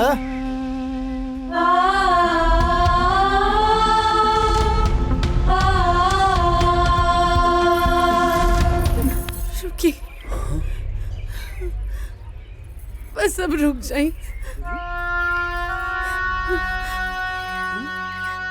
हम राशि की खातिर रउआ बहुत कुछ त्याग कर देनी। अपन घर, अपन परिवार, अपन समाज, अपन जाति, अपन ब्राह्मण होखला के संस्कार सब कुछ छोड़ देने हमरा खातिर। अब हम आपके हमरा खातिर अपन आत्मा के मारे ना देव। अब और कुछ ना। रउआ सब का हो गइल बा रउआ सबके? ये सब का करे तानी रउआ लोग? ई कइला के बाद इनकरा समाज में और हमने के समाज में का अंतर रह जाई? ओहिजा भी इंसान के इंसान ना समझल गई और एहिजा भी ये होता। बंद कर दी, बस बंद कर दी इंसान के साथ ज्यादती कइल। सिर्फ एक बेर इंसान के जाति, धर्म, समाज ये सबसे ऊपर उठ के इंसान समझ के देखी, बस एक बेर। वाह गंगा वाह, भाषण तो बहुत नीमन देताड़ू, लेकिन एक बात कान खोल के सुन ले, अगर एकरा के हमनी के समाज में रहे के बना त ई कुल खाए के पड़ी एकरा के। अच्छा बाबूजी, हमके तो बचपन से कब्बो मांस मछली अच्छा ना लगल, तब का हम अपना ही समाज के हिस्सा ना है? अरे बिटिया, ई तू का बोलत तड़ू? अरे तू ई समाज में पैदा भइल बड़ू, मांस मछली ना खालू तो का भइल? ई समाज के हिस्सा तो हऊ। तई यहाँ पैदा भइल बाड़े, ई ना, एकरा के ई कुल खाए के पड़ी। और अगर हम इनकरा के ना करे दे तब हमने इनका के अपना समाज के हिस्सा ना मानब और इनका के हमेशा खातिर इस समाज छोड़ के जाए के पड़ी। हाँ, जाए के पड़ी। का बीरेन भाई, तोहार का फैसला बा? जौन समाज के फैसला बा उहे हमार फैसला बा।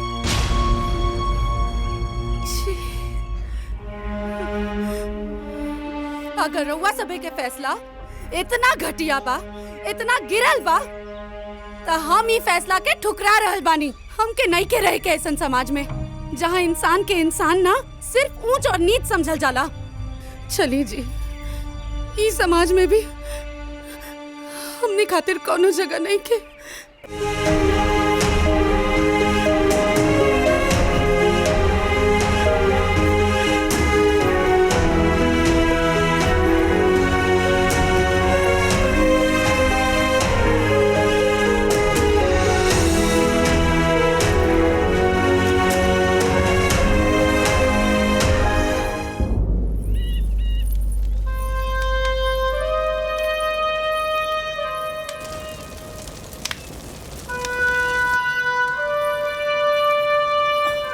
हमार समाज हमरा के ठुकरा देलस और अपना समाज के तू छोड़ के आ गई लो। आखिर हम के कौना समाज में रह जाए?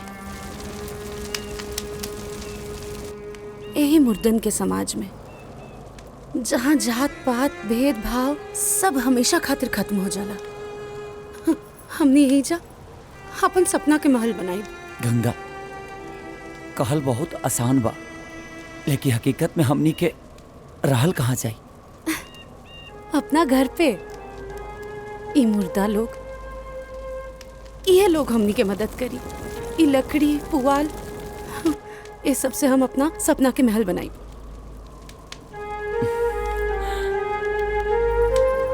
ठीक बा।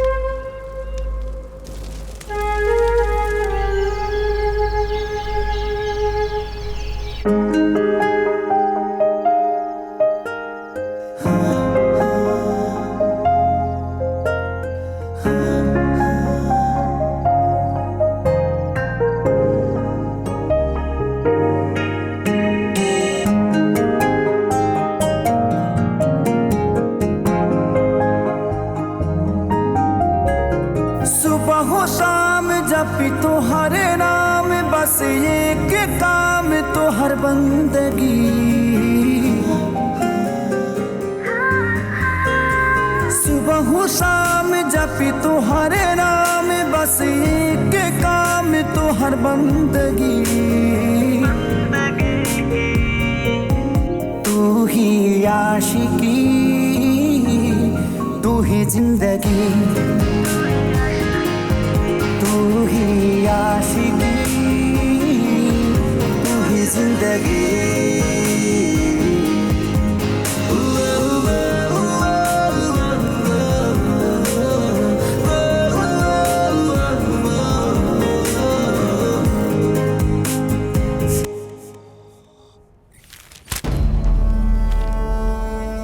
भैया जी, जात पात के ही नाम पर ही देश के राजनीति टिकल बा और ये दुबे जी के लड़का जात पात के ही खत्म करल चाहता।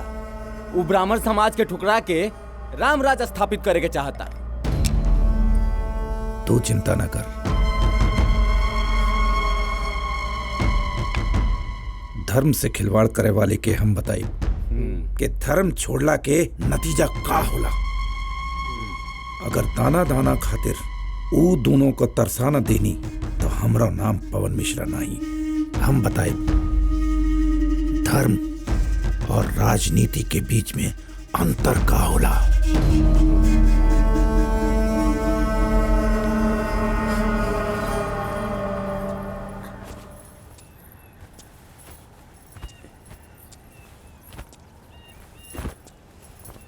गंगा जी, हम सोचा था नहीं कि अपन जिंदगी और घर परिवार चलावे खाती कोनो ना कोनो नौकरी तो ढूंढही के परी ना। आखिर कब तक ले हम घर पर बैठा रह। नौकरी मिल जाई तो गृहस्थी के गाड़ी चलावे में आसान हो जाई। हम चाहता नहीं नौकरी ढूंढे।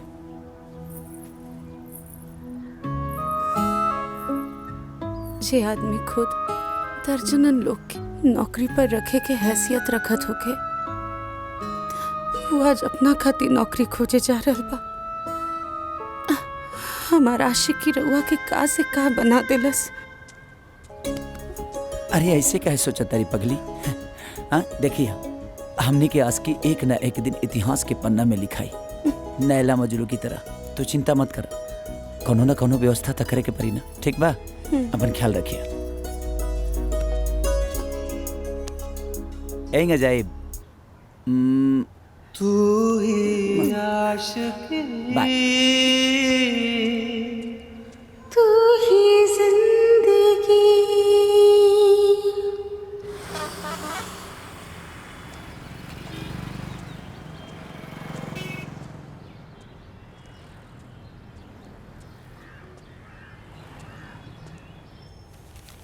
घोर कलयुग आ गई।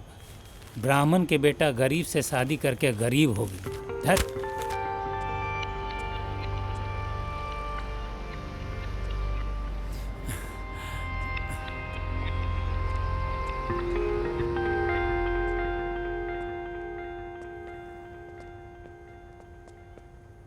का हो, का चाहिए? जी प्रणाम। बाहर बोर्ड लागल बा कि वर्कर की जरूरत बा यहाँ। हाँ, वर्कर के तो जरूरत बा, लेकिन तू तो दुबे जी के लड़का हुआ नू। जी जी। ए भाई माफ करा, जा तू जा, हमरा दुकान नहीं खेल उठवावे के। जा जा जा जा, निकला यहाँ से। आ जाने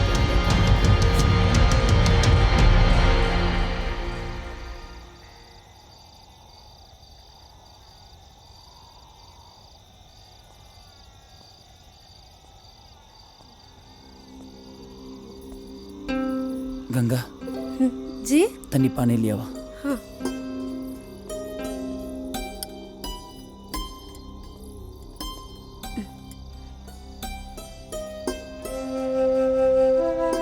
अरे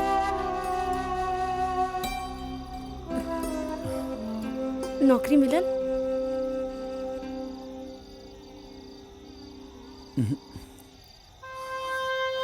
आज भी कुछ नहीं बदलल गंगा। आज भी गरीब के नौकरी मिलल उतने मुश्किल बा जितना कि रेत में से नमक खोजल।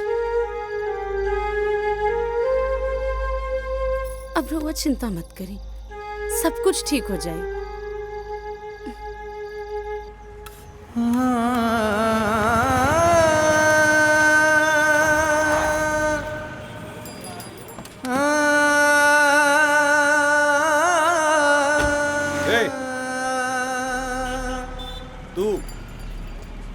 तू आवा और तू हो आवा, नहीं तू हरा। ए तू आवा, चला चला गाड़ी में बैठा, आवा जल्दी, बैठा बैठा, चला चलो।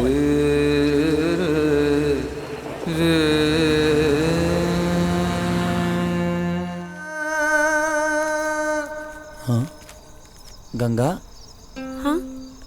तू अभी ले सुतलू ना?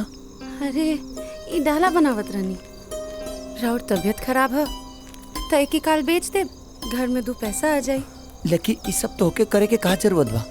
अरे ओमे का भइल, आजकल औरत और आदमी में कोनो फर्क नहीं खे। आपन घर चलावे खातिर हर केहू काम करेला, और वैसे भी ये तो हमार पुश्तैनी काम है। तो हमके भी सिखा दा।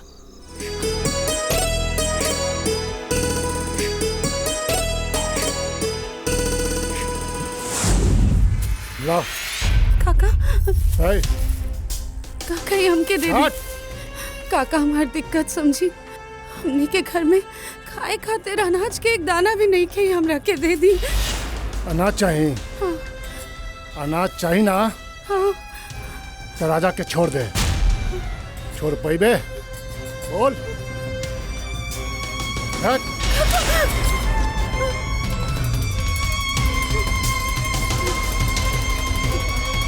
अब हम राजा के खाना कैसे खियाई, दवाई कैसे खियाई?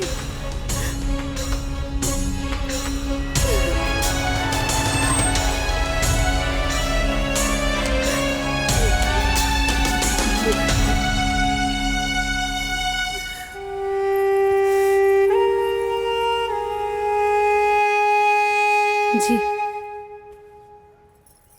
और हाई पूरी सब्जी कहाँ से ले लूँ? वो कीन के ले आई नहीं है। जब इतना प्यार से लहल बाड़ू तो उतने प्यार से अपने हाथ से किया था। रघु अपना हाथ से खाई ना, दवाई खाए का टाइम होता। तो खिया देबू तो का हो चाहिए? खिया दा।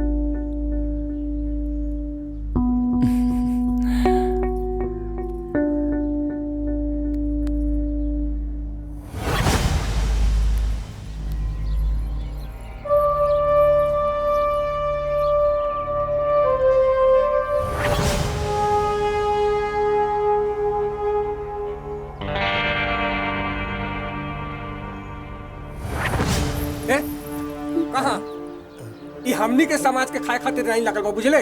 चल निकल। हाँ चला निकला। काका आप तो हमारी दिक्कत समझी। काका ये बात तो तोरा दिन सोचे के चाहत रहे, जिये हमके समाज के छोड़ के निकल गई रही। चल भाग यहाँ से, भाग। अगर खाना लेके ना जाए तो उनके भूखे पेट दवा कैसे खियाई?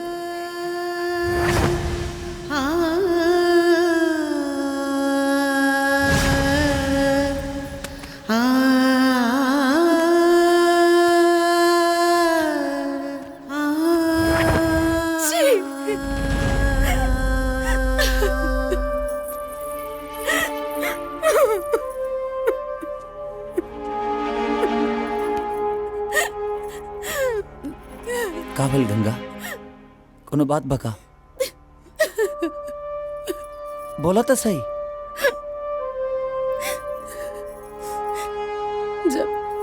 जब हम वो सब डाला बेच देनी और वहाँ हम राशन कीने गई नी, तब वहाँ शंभू काका आके हमसे सब राशन छीन के नाला में फेंक देले। कहला के कोनो जरूरत नहीं थे। हमार बात मानिए, रुक जाइए।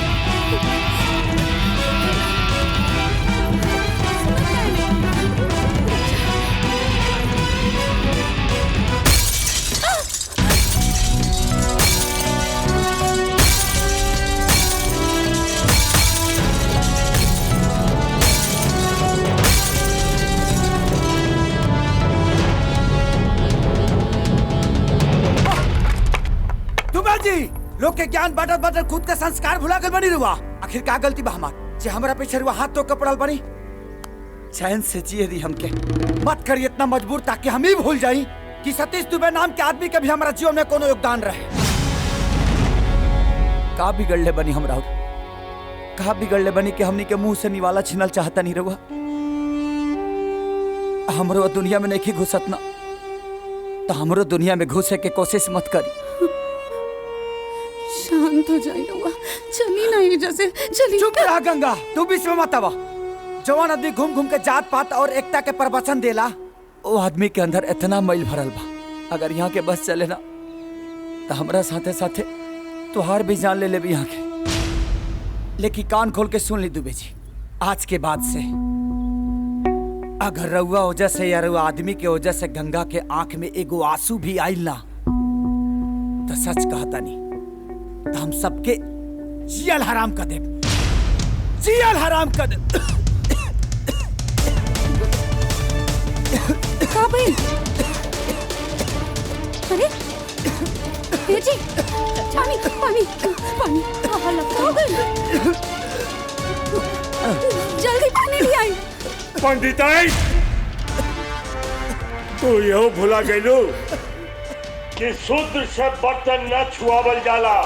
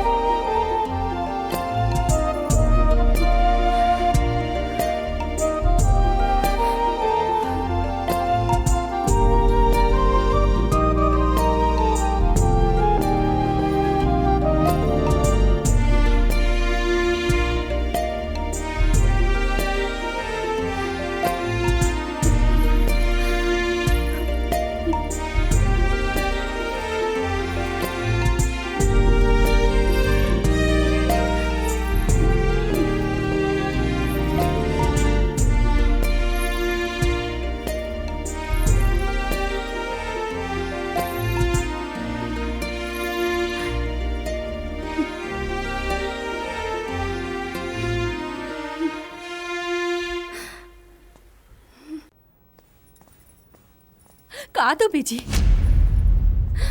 रउआ आज खुश तो बहुत होगा।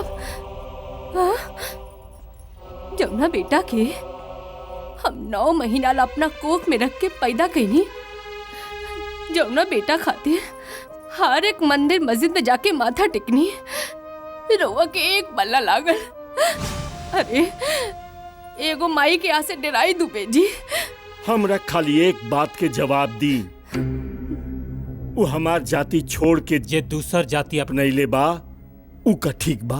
नहीं के जानत हम कुल कुछ नहीं के जानत। हम खाली इतना जानत हनी वो जौन बाहर रहे वो हमार बेटा और राउर बेटा रहे, वो हमने के राजा रहे।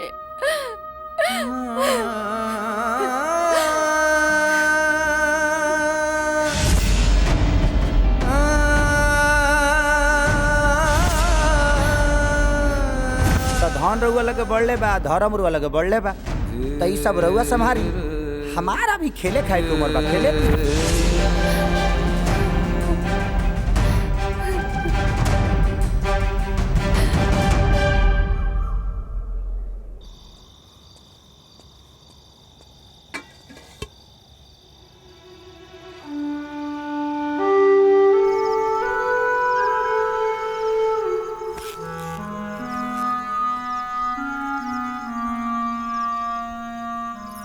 खैनी ना भिले ठंडा हो जाई।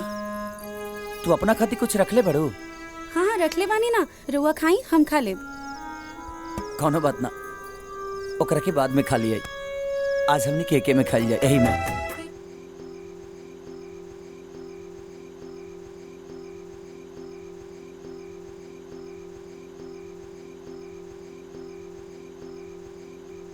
राजा जौना दिन तू हमसे सगाई तोड़ ले रहा, उहे दिन हम मन में सोच ले रहनी कि तोहके बर्बाद कर दे, लेकिन आज तोहार और गंगा के आशिकी देख के हमरा के एहसास हो गइल बा कि हम गलत सोचत रहनी। वो दिन तोहार सगाई हमरा से हो गइल रही तो हम खुद के कबो माफ ना कर पाती, और हम दुआ करब ऊपर वाला से कि तोहन दोनों के सारी खुशी मिले और हमार खुशी भी तू दोनों के मिल जाए। तू ही आशिकी, तू जो पाखंडी लोग हैं ना, यही लोग जात के ठेकेदार बनल बाड़े और यही लोग इन दोनों के प्राण लेवे के चाहता रे। लेकिन जेकरा संगे भगवान बाड़े ओके कोई कुछ ना बिगाड़ पावेला, काहे कि जागो राखे साइया मार सके ना कोई, और बाल न बंका कर सके जो जग बैरी होए। जय श्री राम।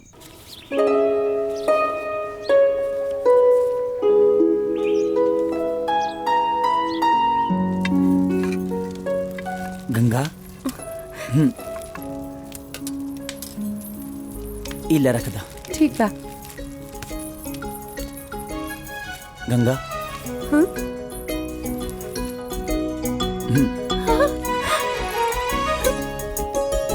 रउआ के कैसे पता कि हमरा के टिकुली पसंद बा? हम जाना था कि तू हमरा चलते अपना पसंद के भी मार चुकल बड़। और हाँ, जिकरा से हम प्यार करी ले का ओकरा पसंद के बारे में हमके पता ना चली। अब जल्दी से साट के दिखा दा। जी। का भइल? तनी सीधा खड़ा हुई था। वो काहे खातिर? काहे कि एहिजा कोनो शीशा तो नहीं खे, तो हम अपना खूबसूरती के रउआ आँख में ही देख ले।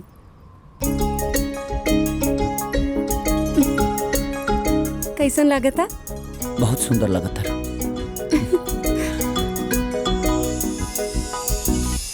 भैया जी, आज दुबे जी अपना बेटा पतो के वापस ले आवे जाता रन, और अब बाप बेटा मिल जाई। हाँ, चुपचाप तू देखत रहा।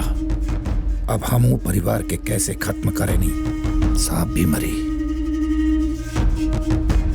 और लाठी भी ना टूटी।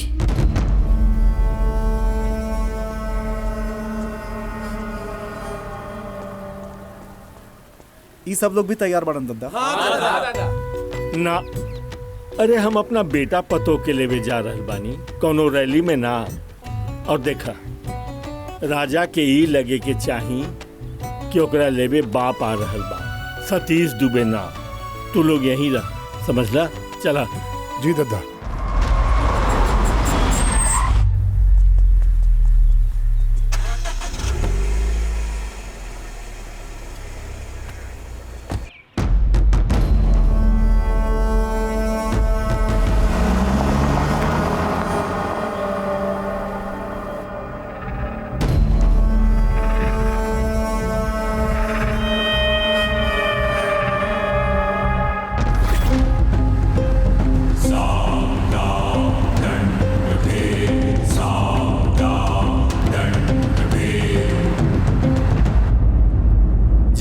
न पूछो साधु की शंभू, पूरी दुनिया के हम पाठ पढ़ावत नहीं, बाकी हम खुदे भुला गईनी।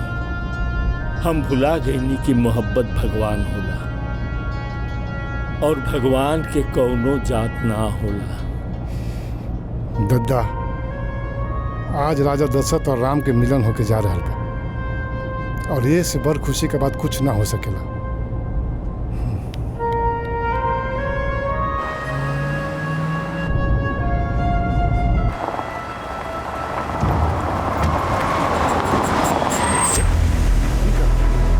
रुकी तो दाम देखा था।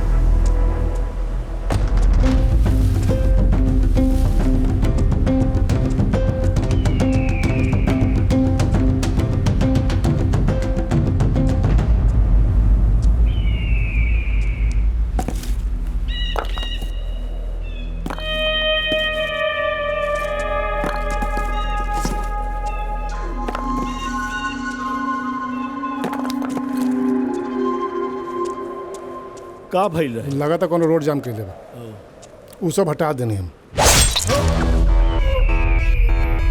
शंभू!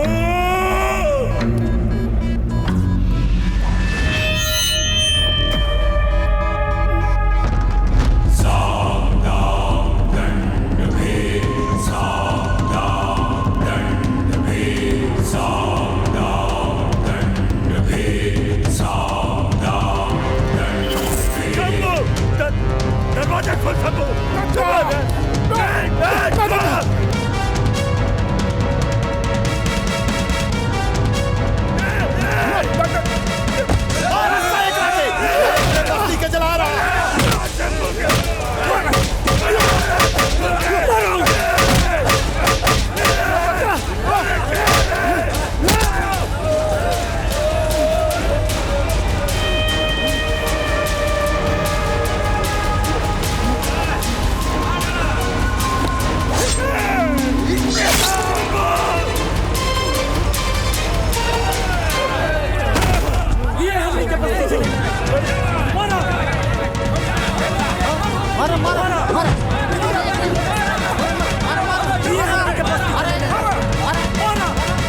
पाल आगी दद्दा। राम नाम सत्य है।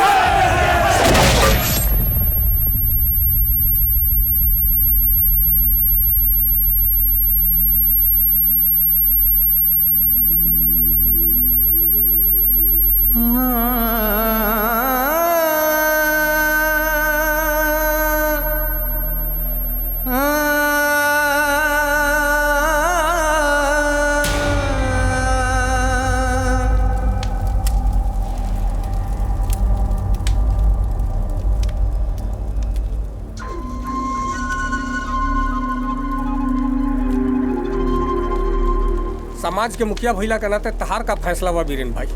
फैसला का करे के बा? अरे जौन इंसान हमनी के पूरा टोला जरा देलस, ओकरा जरावे खातिर हमनी के समाज से केहू आग न दी।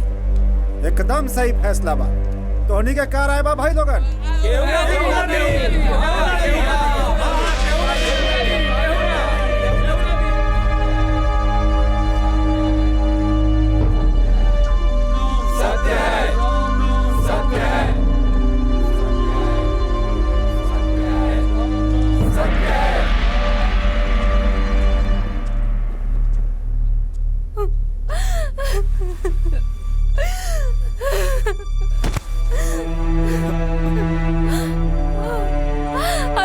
सामने बाबू तार माय नहीं खे आई। एगो बेबस औरत आज अजरा पसार के अपना सुहाग के मुखाग्नि खातिर भीख मांगे आइल बिया। चल के अपना बाबूजी के मुखाग्नि दे दा बाबू।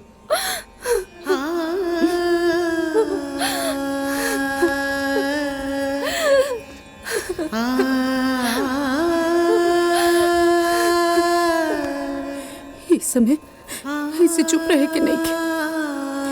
इस समय बा अपन फर्ज पूरा करे के जाई और सब कुछ भुला के अपन फर्ज पूरा करी। बाबूजी गलत ना रहने, गलत तो सारा समाज रहे। अगर वहाँ के हमनी के ठुकरावनी तो हमरो समाज कहाँ अपनौलस। अगर आज रहुआ ना गई ना तो हमनी के आशिकी बदनाम हो जाई। हमारा आशिकी पे लांछन लग जाई कि हम एगो बेटा के अपना बाप से अलग कैली जाए और बेटा होके के फर्ज निभाए। राम नाम सत्य है। राम नाम सत्य है। राम नाम सत्य है। राम नाम सत्य है। राम नाम सत्य है। राम नाम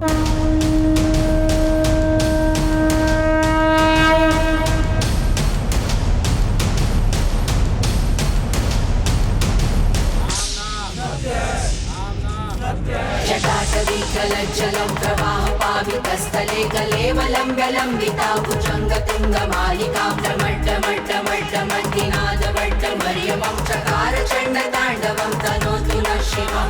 जटाकटाः सम्भ्रमं प्रमन्निलिम्पनिर्झरी विलोलवीचिवल्लरी विराजमानमूर्धनि धगद्धगद्धगज्ज्वलल्ललाटपट्टपावके किशोरचन्द्रशेखरे रति प्रतिक्षणं मम।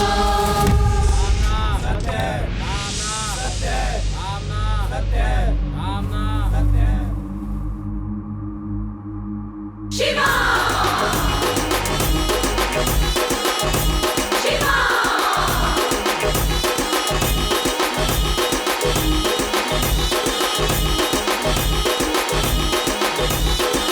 शिवा। मृतक के बेटा नहीं खे तो लाश के लावारिस समझ के आग देवे खातिर केहू भी आगे आके अग्नि दे सकेला।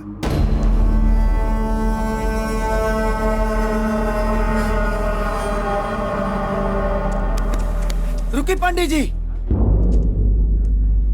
इकर वारिस हम बनी।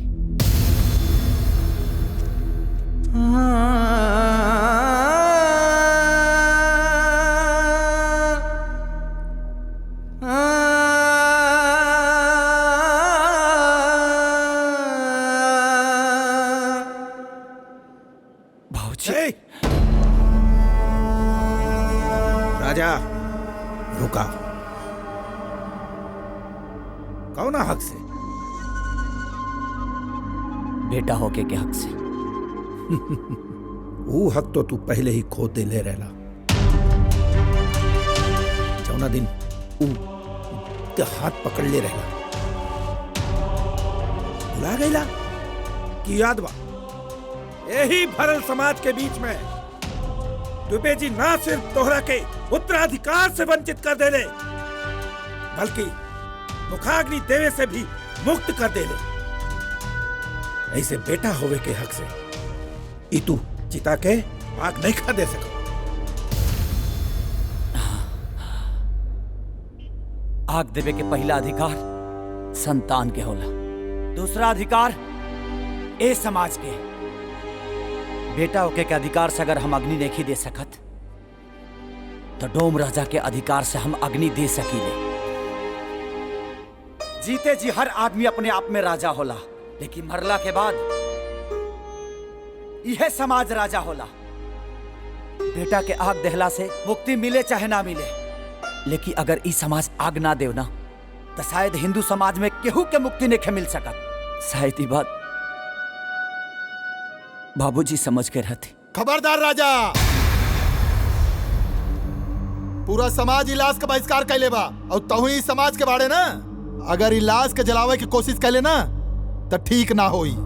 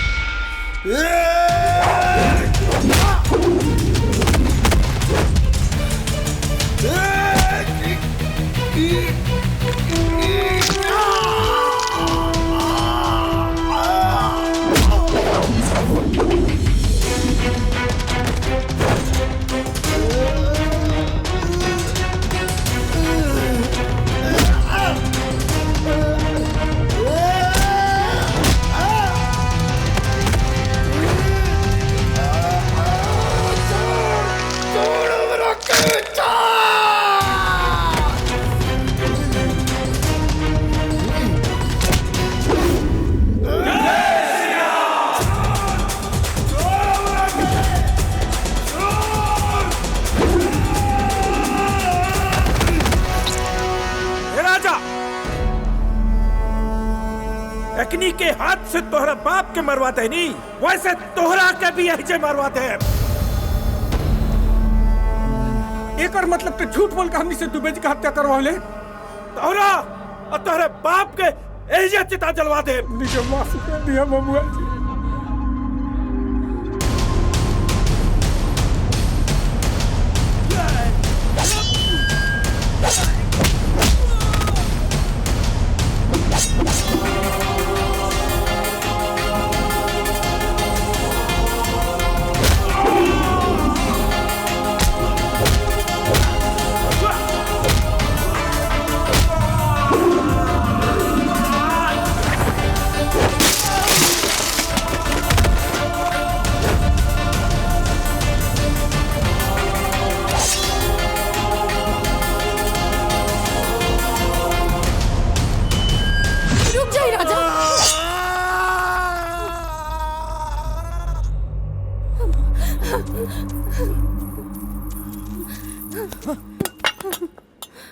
एकरा के मार के एकर गंदा खून से अपन हाथ मत रंगी। सबसे पहले एगो बेटा होखला के फर्ज निभाई। बाबूजी के अंतिम संस्कार करी राजा।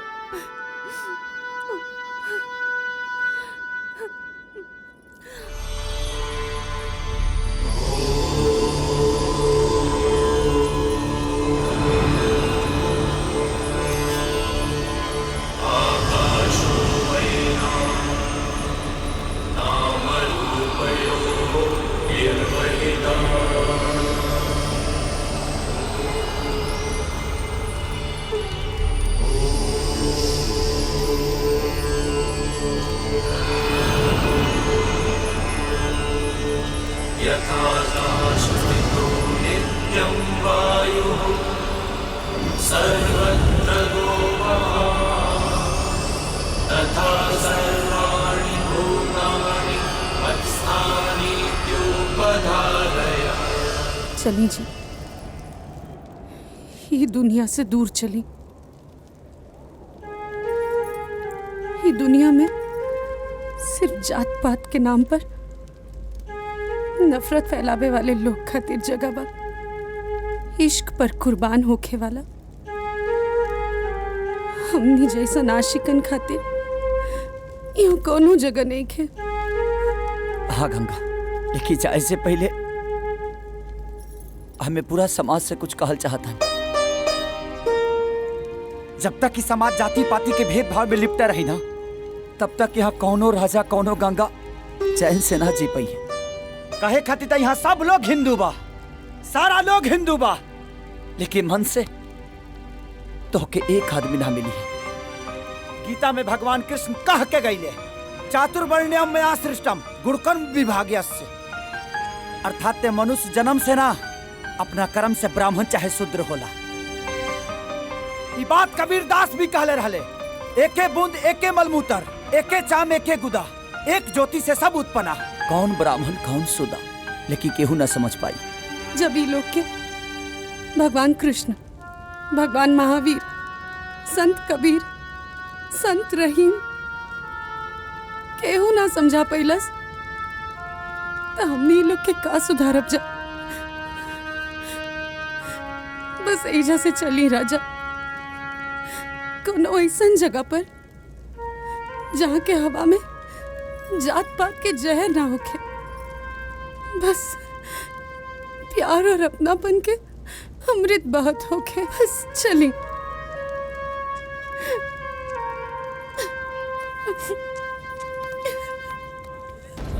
उठ उठ, कुत्ता भी वफादारी दिखाता है। रुक, और तुमरा जैसा लोग अपना ही आदमी को नोच नोच के खा जाता है। चल, हम तुमको वफादारी सिखाते हैं। चल चल।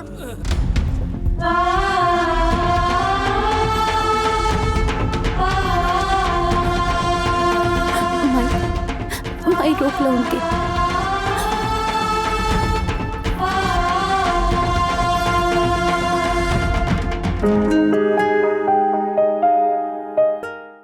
आपन पसंदीदा फिल्म देखे खातिर डाउनलोड करी दंगल प्ले ऐप।